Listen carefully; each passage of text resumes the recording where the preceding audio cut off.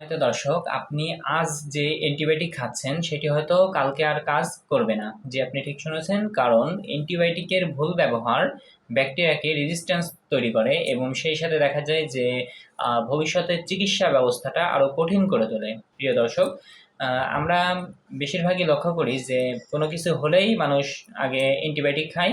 বিশেষ করে ফার্মেসির উপরে ডিপেন্ডেন্ট হয় যে ফার্মেসিতে গেলেই ১ পিস বা ২ পিস অ্যান্টিবায়োটিক দিয়ে দিচ্ছে।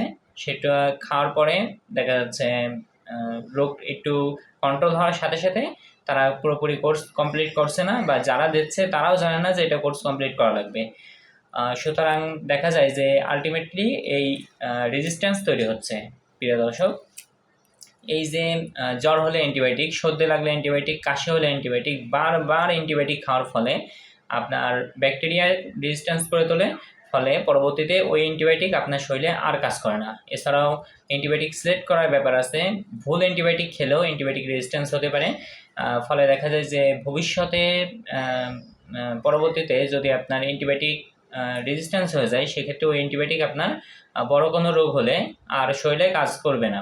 তখন আলটিমেটলি ওই রোগীর মানে মৃত্যু ছাড়া দ্বিতীয়ত আর কোনো পথ থাকবে না। প্রিয় দর্শক, আপনি কি কোনো কিছু হলেই নিজের ইচ্ছায় অ্যান্টিবায়োটিক গ্রহণ করেন, নাকি চিকিৎসকের পরামর্শ নেন? অবশ্যই আমাকে কমেন্ট বক্সে জানাবেন। সকলে সুস্থ থাকুন, ভালো থাকুন, আমার সাথেই থাকুন। আল্লাহ হাফেজ।